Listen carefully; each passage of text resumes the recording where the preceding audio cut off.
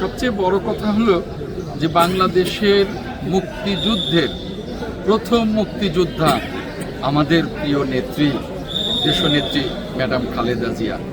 আমরা সেই বিষয়টাকে মাথায় রেখে আমাদের প্রিয় নেত্রী, যিনি বাংলাদেশকে বারবারই গণতন্ত্রের পথে নিয়ে এসছেন আন্দোলন সংগ্রাম করে, যিনি তার রাজনৈতিক জীবনের সবটুকুই গণতন্ত্রের জন্য আন্দোলন করেছেন, দেশ গড়বার জন্য আন্দোলন করেছেন, ম্যাডাম খালেদা জিয়ার চিন্তা চেতনাকে সামনে রেখে, শহীদ রাষ্ট্রপতি জিয়াউর রহমানের আদর্শকে সামনে রেখে আমাদের নেতা, বাংলাদেশের মহান এবং মাননীয় প্রধানমন্ত্রী জনাব তারেক রহমানের নেতৃত্বে মুক্তিযুদ্ধ মন্ত্রণালয়ের যে চ্যালেঞ্জগুলো আছে, আপনি যেটা বললেন যে অনেক ভুয়া মুক্তিযোদ্ধা অন্তর্ভুক্ত হয়েছে ফ্যাসিবাদের 18 বছরে, সেই বিষয়গুলোকে আমরা নিশ্চয়ই অ্যাড্রেস করব।